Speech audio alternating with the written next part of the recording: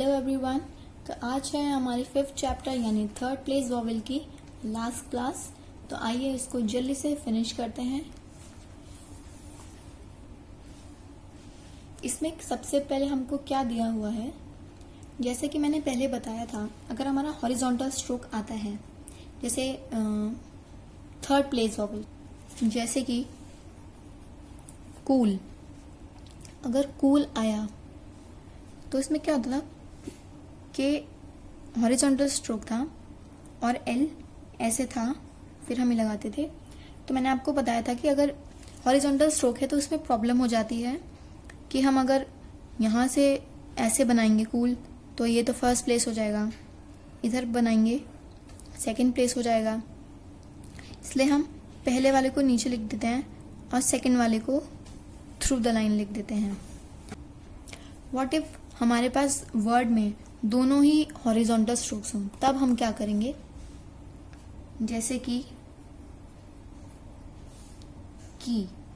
ये सिर्फ एक हॉरिजॉन्टल स्ट्रोक में हो जाएगा, दैट इज के। तो इसको हम यहाँ पे लिखेंगे अबव द लाइन, तो ये भी गलत है, ये 3rd प्लेस नहीं बनेगा। यहाँ पे ई आ रहा है की, नीचे लिखेंगे तो ये तो इसका फर्स्ट प्लेस हो जाएगा, और यहाँ पे लिखेंगे तो ये तो सेकंड प्लेस हो जाएगा। लेकिन हम ऑन द लाइन ही लिखेंगे, यहाँ पे 3rd प्लेस पे वॉवेल लगा देंगे। तो ये टॉपिक हमारा यही है कि अगर हमारे वर्ड में दोनों हॉरिजॉन्टल हों स्ट्रोक्स, दोनों कॉन्सोनेंट हॉरिजॉन्टल हों, या फिर सिर्फ एक हो वर्ड वो भी हॉरिजॉन्टल हो, तो हम अपना वर्ड ऑन द लाइन बनाएंगे पूरा, और जो वॉवेल होगा वो 3rd प्लेस पे लगाएंगे। जैसे केक में के आ रहा है तो हम ऑन द लाइन ही बनाएंगे के देन 3rd प्लेस पे। कुक फिर से के ओ। इंक एन के। किंग के एन जी। किंग। यहाँ पे सारे हॉरिजॉन्टल हैं, इन सब वर्ड्स में हॉरिजॉन्टल और भी वर्ड्स होंगे which are only consist of horizontal stroke. तो हम उसको ऊपर नीचे ना बनाते हुए हम उसको सेकंड प्लेस पे ही बना देंगे, which is on the line ही बनाएंगे, बट उसका जो वॉवेल होगा वो as it is 3rd place पे ही लगेगा। नेक्स्ट टॉपिक है,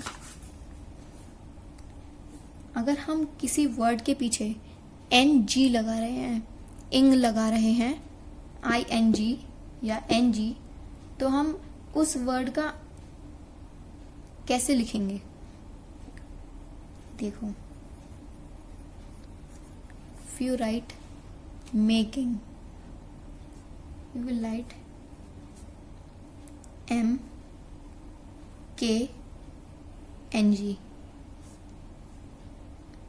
making second place, taking taking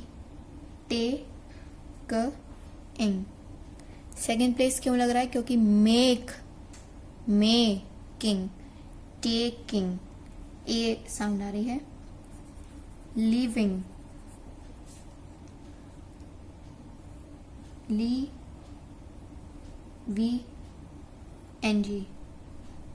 living ई की साउंड आ रही है इसलिए थ्रू द लाइन है ये। Same with living LVING। इसमें सिर्फ डॉट का फर्क है, यहाँ पे लीविंग, यहाँ है लिविंग, यहाँ पे ई आ रहा है, यहाँ ई।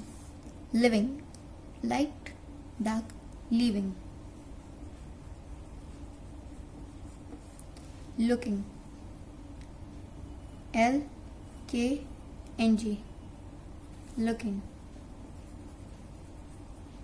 asking SKNG asking। अ है, इसलिए हमने अबव द लाइन बनाया है अ, अबव द लाइन आता है।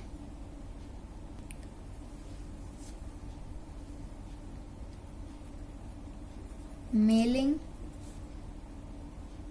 MLNG, mailing.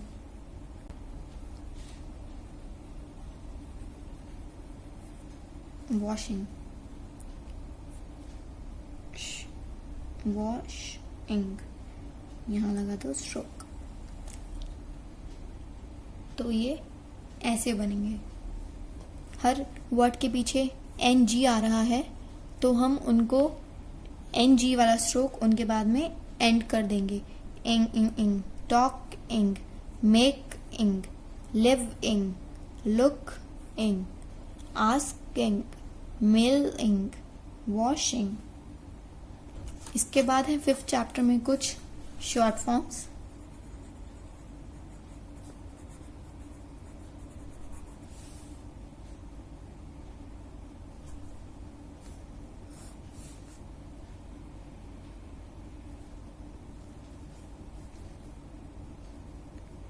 Through the line, ये थ्रू द लाइन वाली शॉर्ट फॉर्म्स हैं 5th चैप्टर में।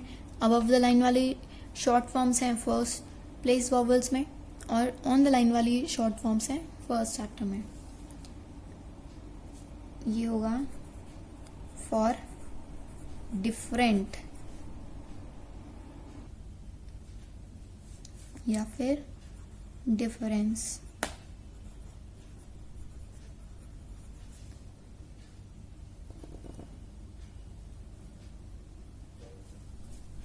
विश,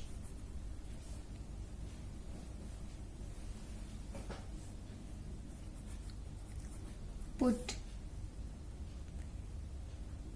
और ये टू बी, टू बी।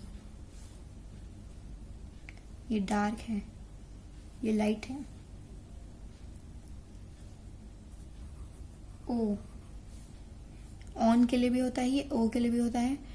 आपको खुद देखना है कि आपके सेंटेंस में ऑन फिट हो रहा है या ओ फिट हो रहा है। Can, light, go, dark,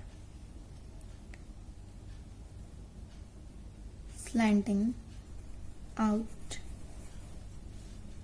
and on the line, above the line N को यूज करेंगे इन या फिर एनी के लिए। शॉर्ट फॉर्म्स में से ये भी बनता है। बीइंग कैसे लिखेंगे?